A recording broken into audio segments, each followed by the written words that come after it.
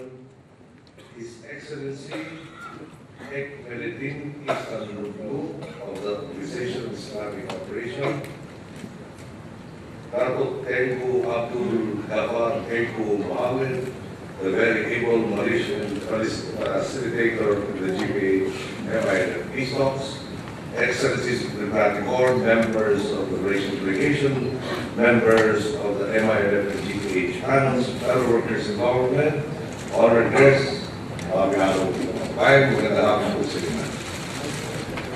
today we signed a framework agreement that can finally seal genuine, lasting peace in Mindanao, in full view of the Filipino people and witnessed even by our friends from different parts of the world. We commit to peace. A peace that will be sustained through democratic ideals, a peace that heals and empowers, a peace that recognizes the many narratives of the Filipino people and weaves them into a single national aspiration for equitable progress. We understand all too well the cycle of suffering that our people had to go through for the past 2 generations. We have seen children torn from their homes and communities, driven away from the land they have built. We have seen lives lost and justice sought. But because of the system's failure to provide avenues for understanding and effective redress of grievances, many resorted to the path of vengeance and violence. I understand the temptations that can be born of anger. I myself lost my father to the oppressive system. I myself thirsted for justice and was deprived of it, then by the dictatorship.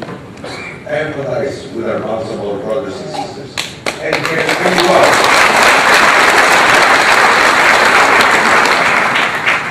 can only vow to work as hard as I can to see that the culture of impunity is dismantled and that the foundations of righteousness and cooperation are laid.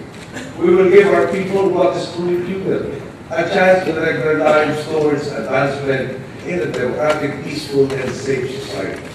This agreement not only marks a new chapter in our history, it now defines the very path we take as people, one where opinions are heard and hope is shared, where understanding and consensus breed meaningful solutions for all stakeholders, one where every child is offered the opportunity to shape his own destiny.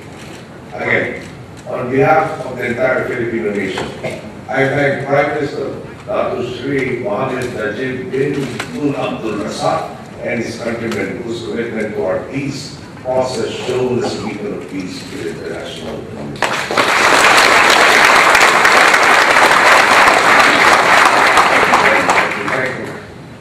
Thank you, Dato, Abdul, thank you, Mohammed, the Malaysian facilitator whose wisdom and experience served as a bridge towards mutual understanding.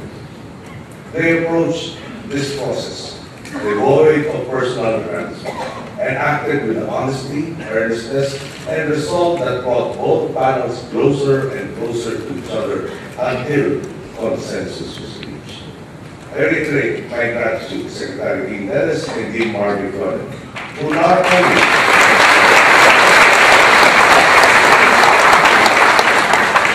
not only had to work tirelessly with their counterparts from the MILF, but also had to exercise great patience in the face of probing inquiry, from me especially.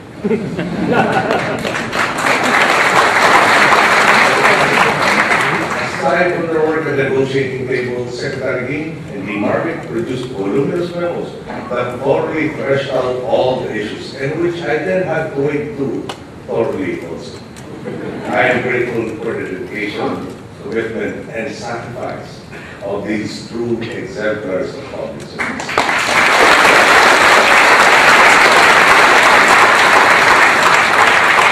I thank also the MILF Chief Negotiator, Mohagher Iqbal,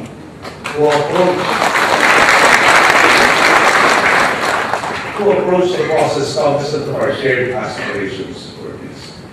Mohagher Iqbal kept an open mind which enabled compromise without sacrificing the interests of the Bangsamoro people. Of course, I must also express my gratitude to Chairman Murad and Haj Ibrahim.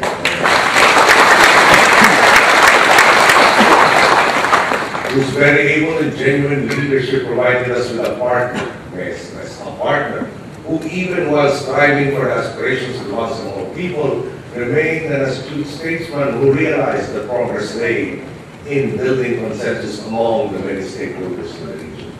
He led not with dogmatism or hardened ideology, but with the flexibility and open-mindedness born of trust. We all owe him our collective thanks.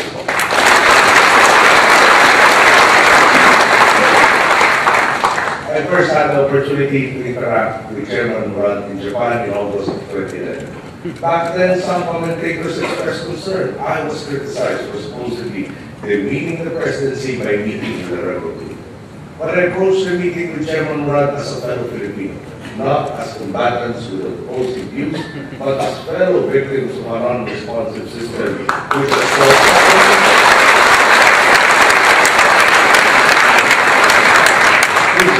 often driven our people towards bloodshed and suffering. We look at each other as brothers, responsible and committed to the attainment of the aspirations of our people.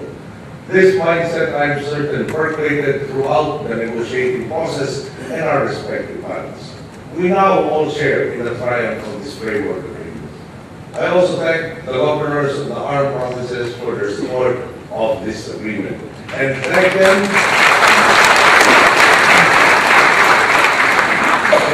them in advance for the hard work they will certainly exert so that today's signing leads to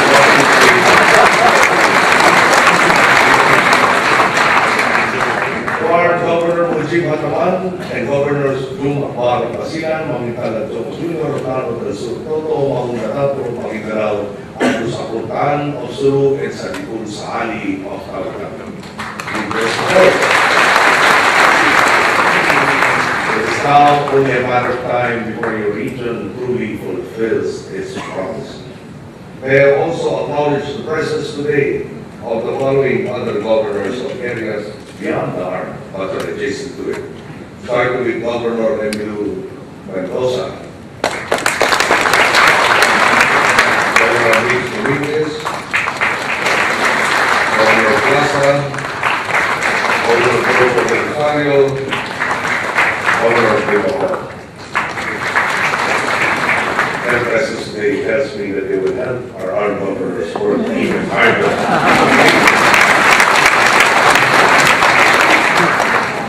Let me now echo both panels' challenge to people. Much work remains to be done in order to fully reap the fruits of this framework agreement. We have commitments to fulfill, people to lead, and dreams to achieve. The details to be laid out in the annexes in particular provide us with a solid opportunity to expand the common ground whose principles we have already articulated through that agreement. I am confident that our faith in each other and in the Filipino people will not waver, and in fact will only grow even stronger in the years to come.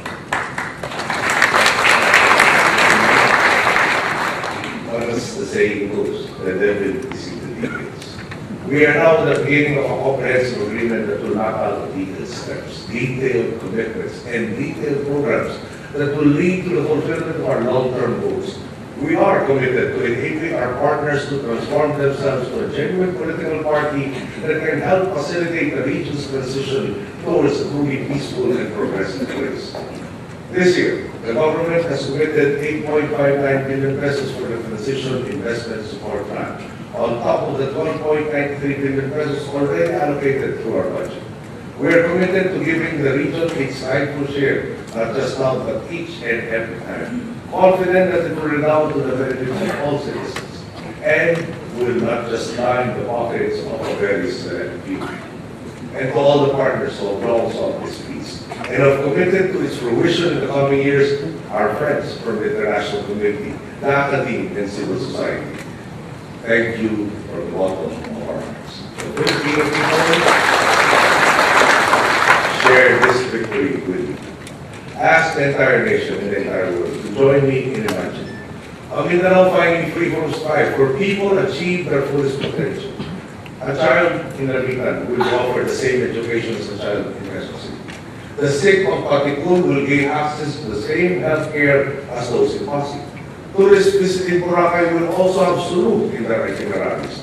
A businessman will earn a profit whether he sets up shop in Marikina or in Boracay. People will be empowered.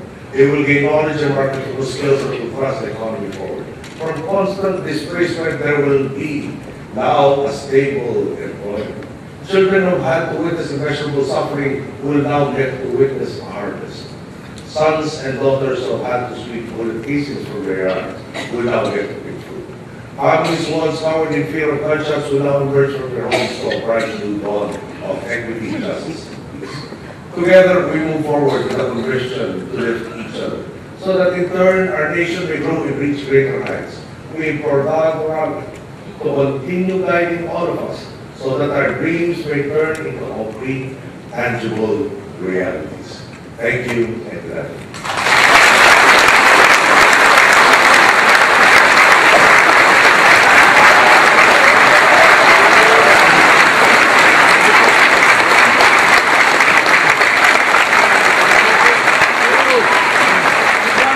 Thank you, Your Excellency, President Aquino. Ladies and gentlemen,